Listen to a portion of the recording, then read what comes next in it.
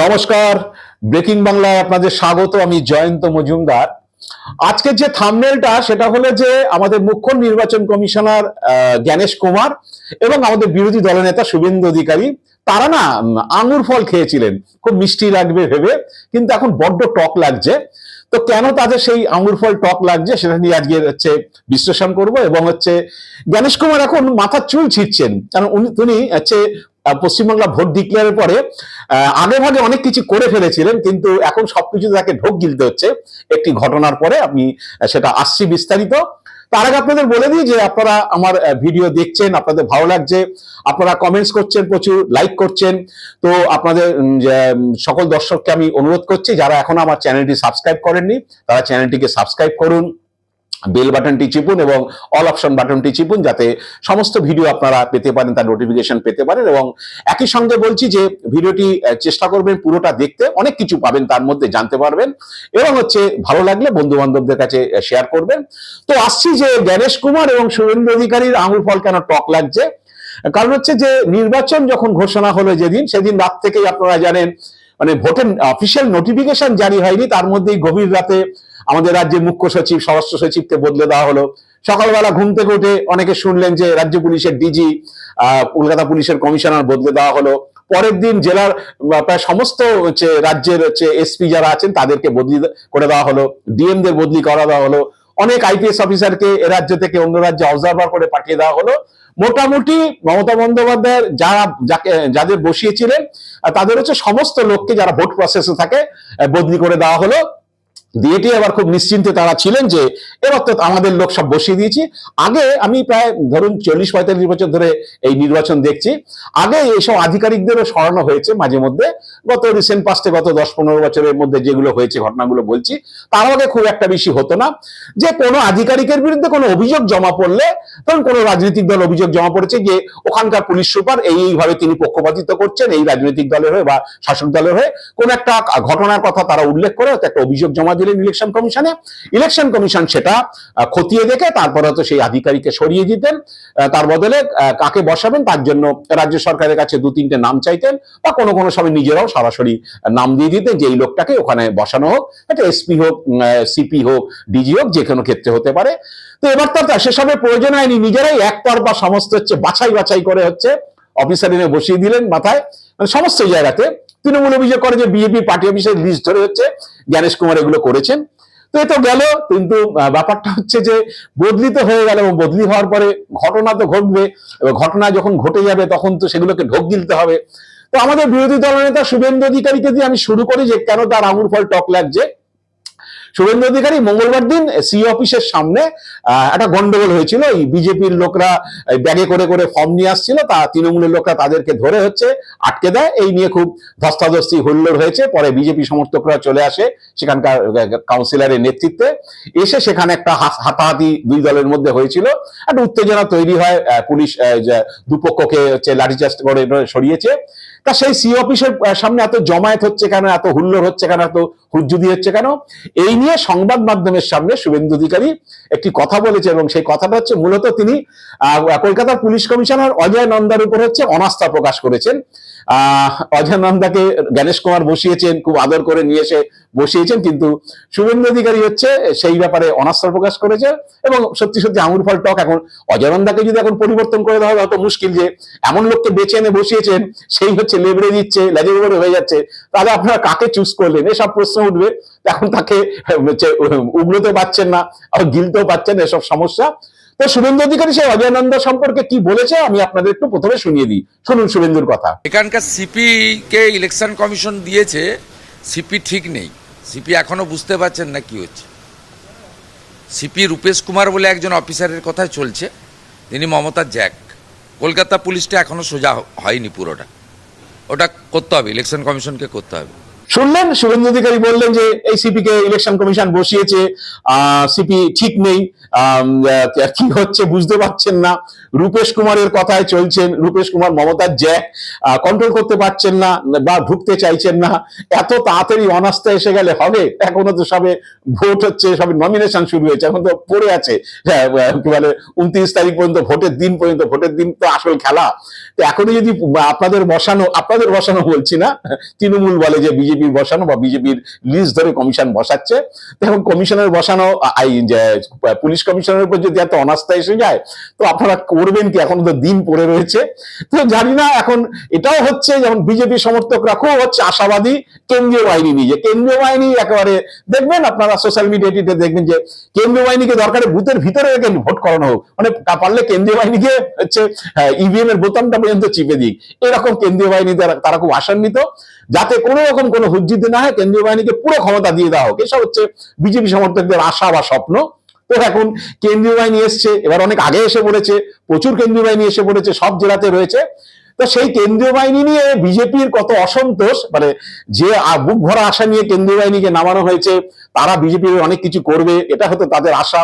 কারণ তৃণমূল অভিযোগ করে যে কেন্দ্রীয় বাহিনী বিজেপির হয়ে খেলছে, তারা ভোটারদের প্রভাবিত করে, তৃণমূল লোকজনকে বাধা দেয় নানান কাজে, বুথের সামনে ডিস্টার্ব করে লোকজনকে, ভোটারদের, এবং ভার্চুয়ালি হচ্ছে তারা বিজেপিকে যাতে ভোট দেয় সেই রকম হচ্ছে চোরাগোপ্তা তারা প্রচার করে, এসব নিয়ে তৃণমূলের অভিযোগ আছে। তা বিজেপি তো আশান্বিত।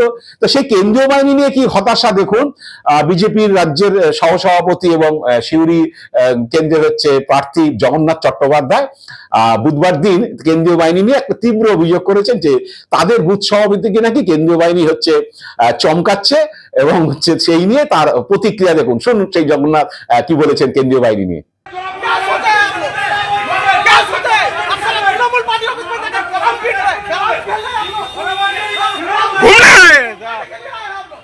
क्या करना है इधर? घूमना है? ये हम लोग आदमी को ऐसा कर रहा है और टीएमसी का आदमी को छोड़ रहा है, इसलिए आए हैं इलेक्शन में।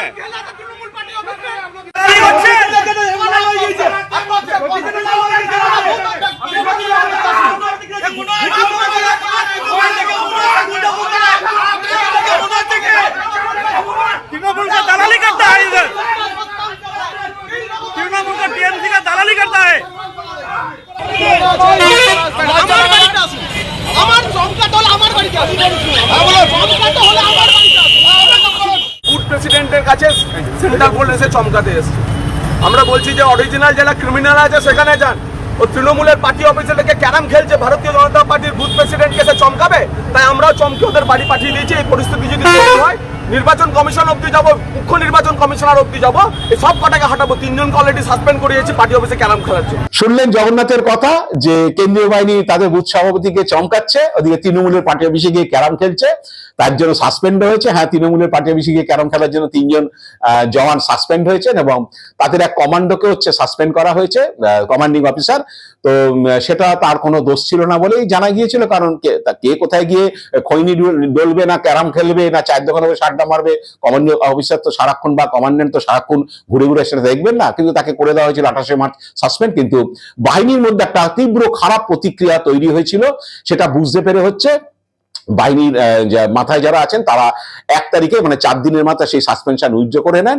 তো এই হলো এখন কেন্দ্রীয় বাহিনী নিয়ে অসন্তোষ, যে কেন্দ্রীয় বাহিনী এসে অনেক কিছু করে দেবে। এবার আপনাদের বলি যে জ্ঞানেশ কুমারের হচ্ছে আঙুর ফল কেন টক লাগলো। তো আপনাদের বলি যে এই বুধবার দিন যে বিকেল থেকে রাত পর্যন্ত কালিয়াচক 2 নম্বর বিডিও অফিসে যে হুজ্জুতি হয়েছে বা গন্ডগোল হয়েছে, অবরোধ হয়েছে, সেখানে 7 জন বিচারক আটকে পড়েছিলেন যারা এই অ্যাডজুডিকেশনের হচ্ছে মামলাগুলো নিষ্পত্তি করছেন। তো সেখানে আটকে পড়াতে তাদের বার করা, তারা দীর্ঘক্ষণ আটকে পড়েন, বাড়িতে যেতে পারেনি, রাত 12টা নাগাদ তাদের বার করা হয়েছে। একজন মহিলা ছিলেন, বিশাল একটা জনতা হচ্ছে সেখানে আটকে রেখেছিলেন, তাদের অবরোধ করে রেখেছিলেন। তো সেই নিয়ে পরের দিন বৃহস্পতিবার দিন সুপ্রিম কোর্ট তীব্র ভর্ৎসনা করেছিল যে রাজ্যে এখানে প্রশাসন কিভাবে চলছে। তো সুপ্রিম কোর্টের প্রধান বিচারপতি সূর্যকান্ত তো জ্ঞানেশ কুমারকে গালাগাল দিতে পারবেন না।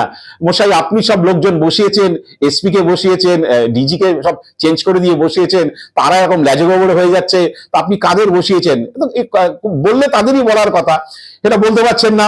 এবার হচ্ছে মমতা বন্দ্যোপাধ্যায়কে বলতে পারছে না, কারণ মমতা বন্দ্যোপাধ্যায় ইতিমধ্যে বলে দিয়েছে যে আমার সঙ্গে কোনো আলোচনা না করে তারা র্যান্ডাম রাতের অন্ধকারে নির্বাচন ঘোষণার পর থেকেই মানে এখন রেকর্ড সংখ্যক পশ্চিমবাংলার নির্বাচনে যা হয়নি কোনোদিন, রেকর্ড সংখ্যক অফিসার হচ্ছে বদলে দিয়েছে। মানে মমতা বন্দ্যোপাধ্যায় যাদেরকে বসিয়েছিলেন, যারা ভোট প্রসেসে যুক্ত থাকেন, প্রায় হচ্ছে সমস্ত অফিসারকে বদলি করে দেওয়া হয়েছে, ডিজি থেকে একেবারে থানার ওসি পর্যন্ত, চিফ সেক্রেটারি থেকে একদম বিডিও পর্যন্ত, কাউকে বাদ রাখেনি। প্রায় 400 জনের মতো হচ্ছে বদলি করে দেওয়া হয়েছে।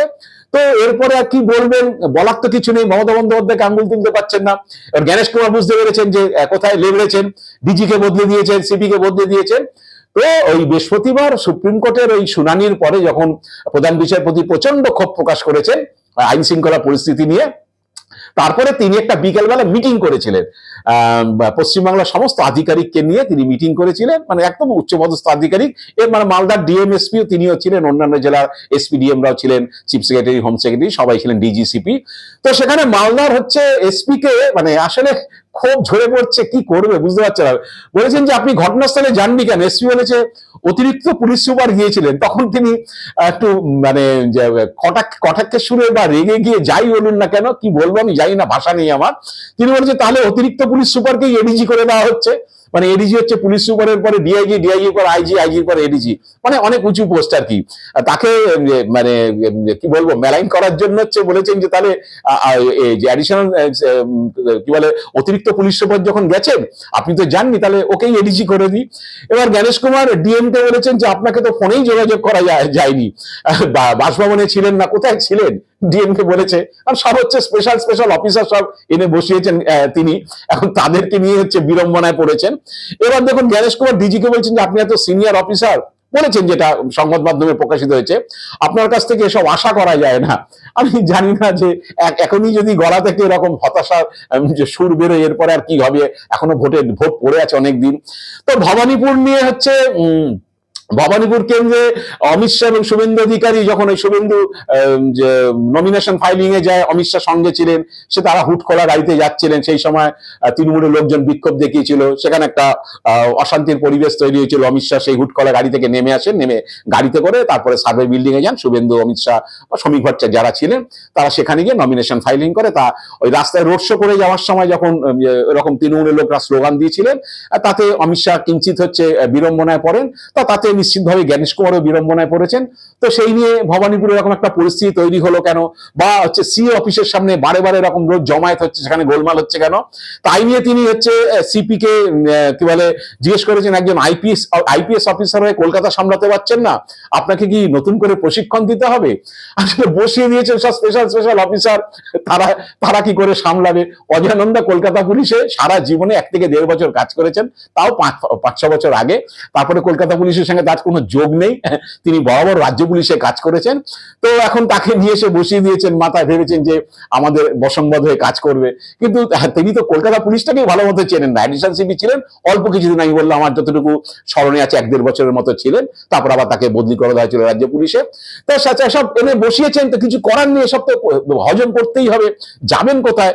আর অনেক অফিসার আমি বলে দিই আপনাদের, অনেককে কমিশন বসিয়ে দিয়েছে ঠিকই, ডিএম এসপি সব চেঞ্জ করে বসিয়ে দিয়েছেন।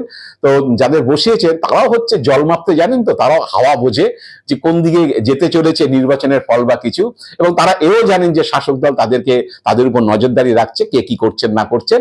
কারণ হাওয়া বুঝে গেলে হচ্ছে তারা হচ্ছে কখনো কমিশনের বসংবাদ হয়ে তারা কাজ করবেন না। কমিশন যা বলবে তারা হচ্ছে ওইভাবে কাজ করবেন না, তারা নিজেদের মতোই কাজ করবেন, কারণ তারা জানেন যে শাসক দল তাদেরকে হচ্ছে নজর রাখছে। এবং শাসক দল নির্বাচনে জিতে আসলে হচ্ছে তাদের যে কি অবস্থা হবে, কারণ অনেকের ক্ষেত্রে হয়তো কম্পালসারি ওয়েটিং হতে পারে, এসব আগে হয়েছে, বেশি বাড়াবাড়ি করে খেলতে গিয়ে হচ্ছে খেলে ফেলেছে, কমিশনের কথা হচ্ছে গ্যাস খেয়ে, তারপর তারা বিপদে পড়েছেন। যখন বদলি হয়েছেন তখন তো একটা তবু পোস্টে ছিলেন, তারপরে যদি কম্পালসারি ওয়েটিং এ পাঠিয়ে দেওয়া হয় তারা সেই পোস্টটাও থাকবে না, মানে কার্যত হচ্ছে বাড়িতে বসে থাকার মতো অবস্থা হবে। আসলে এরা জল মেপেই হচ্ছে কাজ করেন, এরা আইপিএস আইএসরা হচ্ছে হাওয়া বোঝেন, হচ্ছে তারা বুঝেই খেলবেন। এখন জ্ঞানেশ কুমার বা শুভেন্দু অধিকারীরা যতই ভাবেন যে আমরা লোক পাল্টে দিলাম, বসিয়ে দিলাম, তাতে হচ্ছে ওইভাবে কাজ হবে না। তারা কি কি হতে চলেছে ভবিষ্যতে তারা হয়তো বুঝে নিয়েছেন, এই জন্য তো তাদেরকে দিয়ে বসংবদের মতো কাজ করানো যাবে না, এটাই ভবিতব্য। ইভেন থানার ওসিরাও তারাও জানে যে আমাদের বসিয়ে দিয়েছে কমিশন, কিন্তু আমরা কি করছি না করছি সবার নজর রয়েছে। সুতরাং বেশি বেড়ে খেললে তার ফল কি হতে পারে এসব ভেবেই হয়তো তারা বেড়ে খেলবেন না বা খেলার চেষ্টা করবেন না। সেক্ষেত্রে দাঁড়িয়ে বলছি জ্ঞানেশ কুমারদের বা শুভেন্দু অধিকারীদের কিন্তু চাপ আছে যে এদেরকে যে যা খুশি করিয়ে নেওয়ার। কারণ হচ্ছে আগে আগে যেসব নির্বাচনগুলো হয়েছে সেগুলো তো আমরা এটাই দেখেছি। দেখা যাক আগামী দিনে আর কি কি আছে দেখার জন্য আমাদের থাকবে, অপেক্ষায় আছি। আজ এ পর্যন্তই। আপনারা ভালো থাকবেন, সুস্থ থাকবেন।